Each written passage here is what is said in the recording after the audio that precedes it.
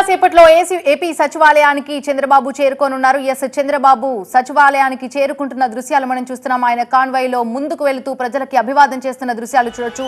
ఆయన్ని చూడడానికి చిన్న పెద్ద అని తేడా లేకుండా ప్రతి ఒక్కరు అక్కడికి వచ్చి చాలా ఎగ్జైట్మెంట్ తో ఆయనకి అభివాదం చేస్తున్న దృశ్యాలు మనం చూస్తున్నాం.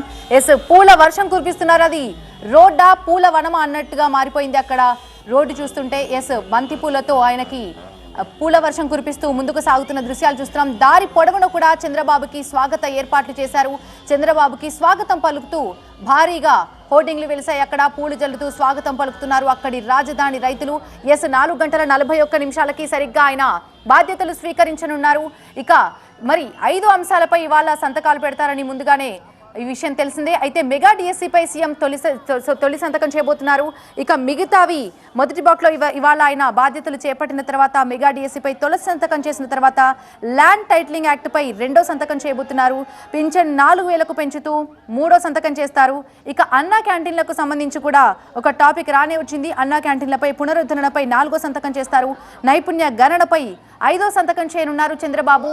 ఎస్, ఇంకొక ½ అన్ అవర్ టైం మాత్రమే ఉంది. సరిగ్గా ఆ టైంకి అక్కడికి చేరుకొని ఆయన బాధ్యతలు చేపట్టబోతున్నారు. పూలు చల్లుతూ అక్కడున్నటువంటి రాజధాని రైతులు ఆయనకు ఘన స్వాగతం పలికారు. ప్రజలకి అభివాదం చేస్తూ ముందుకు వెళ్తున్న దృశ్యాలు చూస్తున్నాం. కిలోమీటర్ల మేర అక్కడి ప్రజలు ఆయన్ని దగ్గర నుంచి చూడాలని, ఆయనకు అభివాదం చేయాలని ఉవ్విలూరుతున్న దృశ్యాలు మనం చూడొచ్చు. ఎస్, కొంతమంది తమ ఫోన్లలో చంద్రబాబు నాయుడిని చిత్రీకరించే ప్రయత్నాలు కూడా చేస్తున్న దృశ్యాలు చూస్తున్నాం. ఆయన కాన్వాయ్తో పాటుగా సుదూర ప్రాంతాల నుంచి తరలి వచ్చిన వారు ఆయన కాన్వాయ్ వెంట పరుగెత్తుతూ ముందుకొస్తున్న దృశ్యాలు మనం చూడొచ్చు. ఎస్, ఆయన మరికొద్ది సేపట్లో సచివాలయానికి చేరుకున్నారు.